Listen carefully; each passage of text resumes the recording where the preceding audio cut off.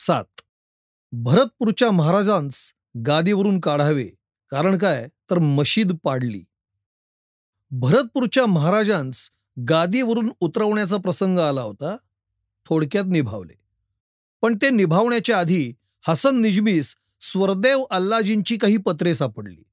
त्यावरून निजामीने आपल्या पत्रात प्रसिद्ध केले की भरतपूरच्या महाराजांवर हा दुर्धर प्रसंग गुदरला नसता, पण त्यांनी त्यांच्या राज्यात ते नको म्हणत असता बांधली गेलेली एक मशीद पाडून टाकली, म्हणून अल्लाह क्रुद्ध होऊन हे संकट त्याने आणले.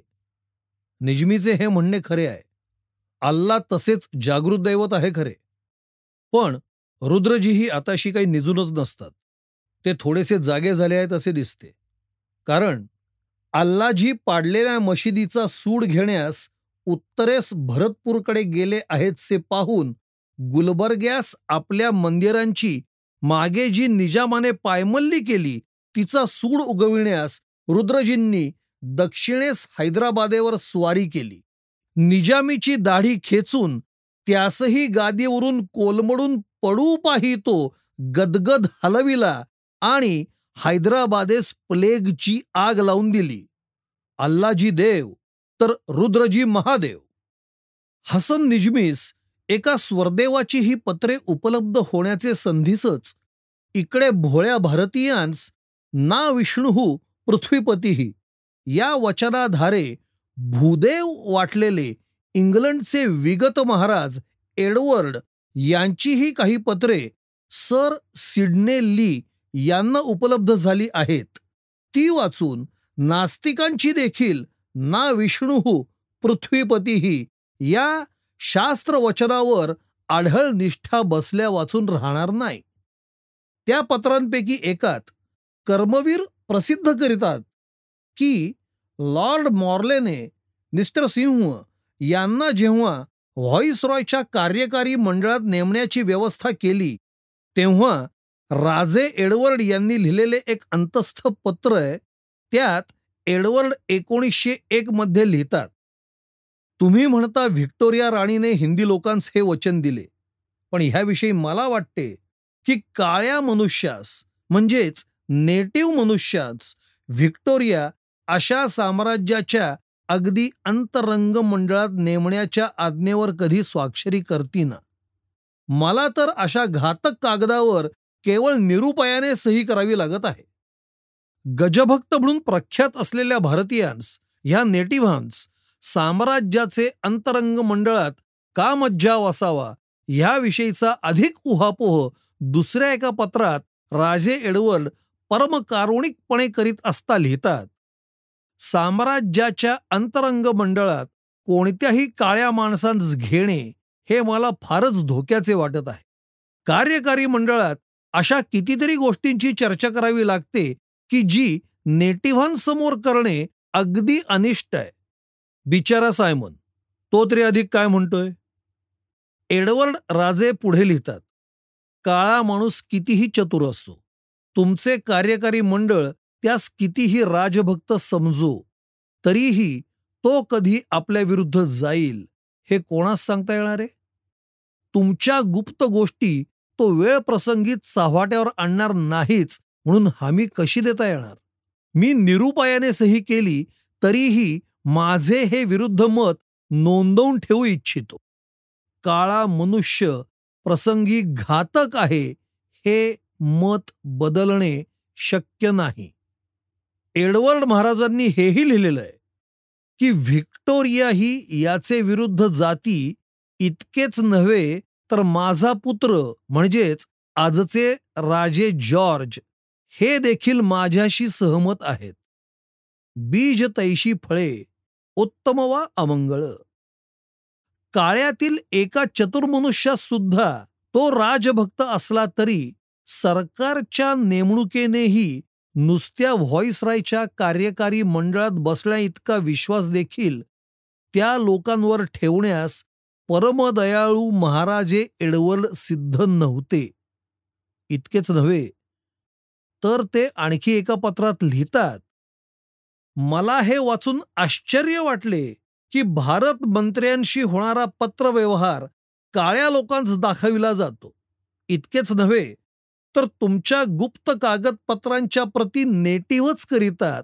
ही पद्धती फार भयावह आहे. मला ती फारच आपत्तीजनक वाटते. कार्यकारी मंडळात एक अधिकारी म्हणून नेमला जाणारा नेटिव्ह अयोग्य आहे. इतकेच नव्हे तर नुसत्या कागदांच्या प्रती करण्याच्या कारकुनीच्या जागेसही हे काळे पाय लागणे हितावह नाही. तरी देखील परमदयाळू एडवर्ड महाराजांनी शेवटी एक नेटिव्ह व्हॉइसरॉयच कार्यकारी मंडळात नेमून दिला. कोण प्रजावात्सल्य हे! ही दुःखाची गोष्ट आहे की ह्या प्रजावत्सल पुरुषाची ही मनीषा तेवढी अपूर्ण राहून गेली की तुम्ही नेटिवांना हा जो चंचू प्रवेश करून दिलात त्याचा मुसल प्रवेश होण्याचे आधीच तो नेटिव्हांस दिलेला अधिकार परत घेण्याचे धैर्य दाखवण्यास आता दुसरा एखादा तसाच निधड्या छातीचा मनुष्य पाहिजे. हा जो तसाच निधड्या छातीचा मनुष्य एडवर्ड महाराजांस पाहिजे होता तोच तर हा सायमन नसेल ना. असल्या दैवी राजवटीत साधारण सृष्टीतही दैवी विपर्यास घडणारच. ते पहा, बिहारमध्ये एका बकरीने मनुष्यासारख्या प्राण्यास जन्म दिलेला आहे. ठीकच आहे ते. जर मनुष्य प्राणी आज हिंदुस्थानात बकऱ्यासारख्या प्राण्यास धडाधड जन्म देत आहेत तर बकरीने मनुष्यासारख्या प्राण्यास जन्म द्यावा यात काय नवल. जर रशियात एखादी बकरी मनुष्यास जन्म देती तर नवल, कारण तिथे मनुष्य मनुष्यिणी बकऱ्यास जन्म देत नाहीत. ही गोष्ट तिकडच्या मनुष्य मनुष्यिणीचे वेलफर्ड वेलाकने काढलेले खालील चित्रच समर्थील. ते म्हणतात, मी रशियात शिरलो तेव्हा मला सांगण्यात आले की ब्रिटनने रशियाशी संबंध विच्छेद केला तेव्हा सर्व रशियाभर रणोत्साह पराकाष्ठेला पोचला. मातृभूवर परकीयांची स्वारी होण्याचा संभव आहे हे सिद्ध करण्यास जो तो पुढे येतो. एवढेच नव्हे तर मुलगेच नव्हे तर मुली सैनिक शिक्षण शिकू लागल्या. श्रमिक लोकांच्या शाळांमधून म्हणजेच लेबरर्सच्या शाळांमधून सक्तीच्या सैनिक शिक्षणा इतके वय झाले नसताही कोवळी मुले स्वेच्छेने हट्ट धरून बसली की आपलीही सैन्य संघटविण्यात यावीत. महायुद्धाचे दिवस सोडले तर रशियात मला आज आढळत आहे असा रणोत्साह मी कधीही पाहिला नाही. विशेषतः सप्टेंबर 4ला मी ते दृश्य पाहिले. त्याचा माझे मनावरच फार परिणाम झाला. तो युवक संघाचे प्रदर्शनाचा दिवस होता. जवळजवळ 5 लाख तरुण मुलांची सैनिक पथके मॉस्कोच्या लाल चौकातून त्या दिवशी चाल करून गेली. शेकडो प्रकारांनी त्या युवक संघांनी रशियाचे सशस्त्र संरक्षण करण्याचा आपला निश्चय व्यक्त केला. त्या दिवशीचा तो उत्साह आणि निर्धार अपूर्व होता. खरोखर रशियावर स्वारी करणाऱ्या कोणत्याही राष्ट्राची कीव यावी असे ते युवक संघीय प्रदर्शन होते. कारण जगातील कोणत्याही राष्ट्राच्या धनिक सत्तेची अशा युवक सेनेविरुद्ध लढाई करण्यासारखे सैन्य धाडण्याची छातीच नाही. त्या सगळ्या रशियन तरुणांच्या क्रोधाचे मुख्य लक्ष इंग्लंड होते. ऑस्टिन चेंबरलेनच्या पुठ्ठ्याच्या प्रतिमा ठिकठिकाणी अपमानित करण्यात येत होत्या. जो त्या प्रतिमेस अचूक वेधील त्या युवकास पहिल्या प्रतीचे पारितोषिक मिळे. असल्या सशस्त्र प्रदर्शने करणाऱ्या सिंहासारख्या दंत नखयुक्त युवक संघाचे देशात मनुष्यास जन्म देण्याची बकऱ्यांची काय माय व्यायली आहे. ह्या दंत नखयुक्त क्रुद्ध युवक संघाची सैनिक सशस्त्र प्रदर्शने पाहून विल्फर्ड विलॉक ह्यांच्या अंगावर जगात अजून भयंकर रक्तपाताची युद्धे घडणारच आहेत असे वाटून शहारे उभे राहिले. म्हणून ते म्हणतात, पण हे शहारे उठवून घेण्यास ते त्या तामसी रशियात गेलेच कशाला. युवक संघाची सशस्त्र प्रदर्शने पाहून त्यांच्या अंगावर जसे शहारे उठले, तसेच या सात्विक हिंदुस्थानात जर ते आले असते, तर आमच्या युवक संघाच्या हसतमुख परिषदा पाहून त्यांच्या अंगास गुदगुल्या झाल्या असत्या, गुदगुल्या. सात्विक युद्ध जगाने कशी लढवावी हे जगास शिकवण्यासाठी परवा सायमन कमिशनची स्वारी हिंदुस्थानवर येताच युवक परिषदांनी नावातून बसून नुसते हातरुमाल उडवीत त्यास अडथळा केला आणि सांगितले की जा, परत जा, तुमची स्वारी आम्हास नको आहे.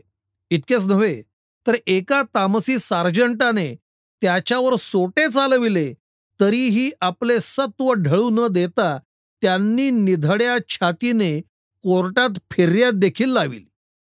ह्या विद्यार्थ्यांनी हा किंचित मात्र तरी तामसीपणा दाखवला, पण बाकी हजारो विद्यार्थी तर केवळ चहा, चिवडा आणि चिरूट पीत, खात आणि ओढीत आपल्या देशाचे तोंड निर्भेळ सत्वगुणाची सफेदी फासून उज्ज्वल करीत होते. केवळ मद्रासला तेवढी थोडी दगडफेक, दंडादंडी इत्यादी तामसी प्रकार झाले खरे, नाहीतरी मद्रासी लोक मिरच्या फारच खातात. असले तुरळक अपवाद सोडले तर बाकी सर्व दंत नखविहीन सात्विक कढी भात. उगीच नाही या देशात बकऱ्या मनुष्यास जन्म देत. मार्च 1928.